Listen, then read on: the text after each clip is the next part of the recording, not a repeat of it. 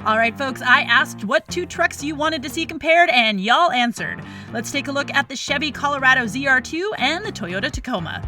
Now, both the Taco and the ZR2 are running on some fairly aging platforms, but both really deliver in terms of suspension, geometry, engine, size, utility, and, of course, price. But you know the drill. There can be only one. I can't compare these trucks without first diving into the suspension, since the ZR2 is really unique. It uses these crazy Multimatic spool valve shocks, and it has a 2-inch lift over the base Colorado, along with 2-stage leaf springs in the rear.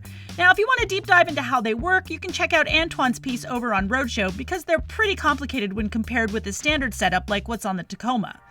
Now, the Taco suspension is pretty impressive, sure, but it is less techy than the ZR2.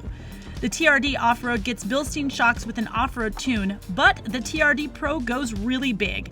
2.5-inch internal bypass Fox coilover shocks grace the front along with a 1-inch lift, and the rear gets the same shocks with remote reservoirs and progressive rate off-road leaf springs. Now, the setups in both the Tacoma and the ZR2 do a great job off-road. They absorb whoops at higher speeds, and they cushion the big drops when you're in the rocks. However, that spool valve technology just doesn't compromise when you've got to drive home on the pavement. It can prevent body rolls on corners, and it offers a better ride when the going gets smooth. Oh, and before I forget, the Tacomas have a rear locker, while the ZR2 gets both a front and rear locker, standard. Yeah, buddy! Advantage ZR2! So in geometry is where we really see the big difference between the TRD Off-Road and the TRD Pro, but in general they line up pretty well with the ZR2. Now, I want to make it clear that these are the numbers I got from the manufacturer, directly from the mouth of Toyota, so don't at me if they seem weird, alright? Now, the Tacoma TRD Off-Road has an approach angle of 32 degrees, the Pro is 35 degrees, but the ZR2 is just 30 degrees. For departure angle, the TRD Off-Road sits at 23.5 degrees. The TRD Pro is at 19.1 degrees. That's what Toyota says. And the ZR2 is at 23.5 degrees. Finally, the breakover angle on the TRD Off-Road is 21 degrees. The TRD Pro is the same at 21 degrees. And the ZR2 comes in at 23.5 degrees. Look, I told you some of those numbers are weird. Now, ground clearance totally goes to the Yotas, 9.4 inches of clearance regardless of TRD Off-Road or Pro trim, and there's just a measly 8.9 inches for the ZR2. And that's after that 2-inch lift over the regular Colorado. I mean, game, set, and match to the Tacoma. Except for that weird departure angle. Now, the Toyota Tacoma in both off-road and pro forms is offered with a 3.5-liter V6 pushing out 278 horsepower and 265 pound-feet of torque. Meanwhile, the ZR2 gets a 3.6-liter V6 with 308 horsepower and 275 pound-feet of torque.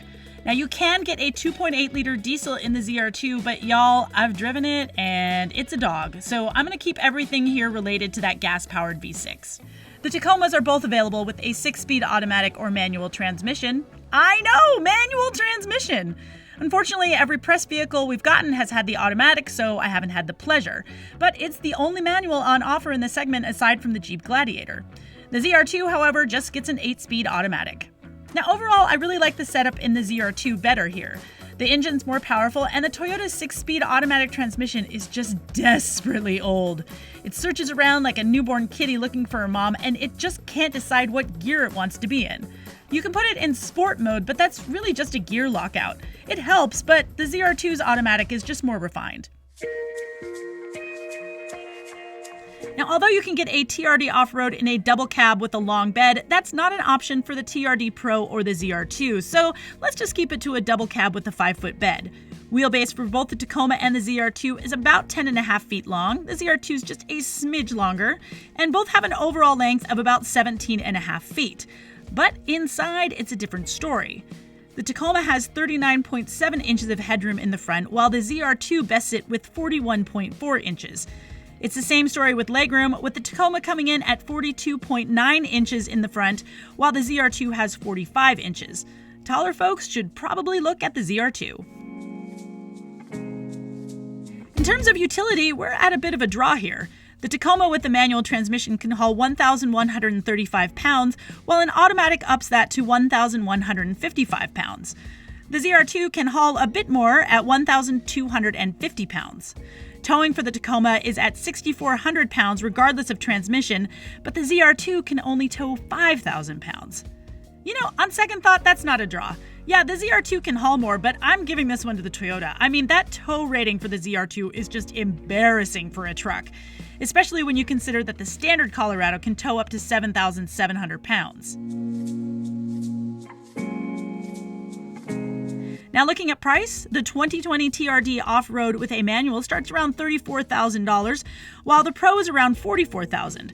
Both of those do not include $1,120 for destination. Meanwhile, the ZR2 starts at around $43,000 plus $1,095 for destination.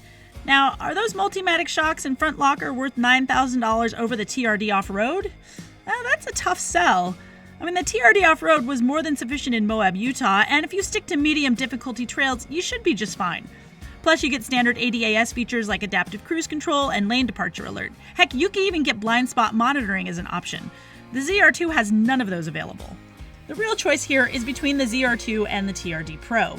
Sure, the Toyota rocks it with drive modes for sand, rocks, and mud, plus it's got extras like a front aluminum skid plate, LED lighting, and 16-inch wheels with Goodyear Wrangler Kevlar-reinforced 31-inch tires, and of course all that badging. Heck, you can even get a snorkel right from the factory. Meanwhile, the ZR2 also gets a skid plate, but it depends on projector beam headlights. Its 31-inch Goodyear Duratrac tires are on 17-inch wheels, so a bit less sidewall than the Tacoma, but it does come with standard rock rails. So are the drive modes and ADAS technology worth the extra grand or so over the ZR2? I mean, sure, if that stuff is important to you. I'm not really a drive mode kind of gal, but if you want your truck to do a little bit of work for you, just go for it. Overall, though, I just think that the ZR2 provides a better off-road driving experience. It's got killer suspension, a front locker, more power, better transmission, and a roomier interior. For me, it is ZR2 all the way. All right, what kind of comparo video do you want to see next? Should we keep it with trucks and go with heavy duty, get into some towing and utility numbers, like really dig deep? Let me know in those comments, and as always, be sure to like and subscribe so you don't miss a single thing from Roadshow.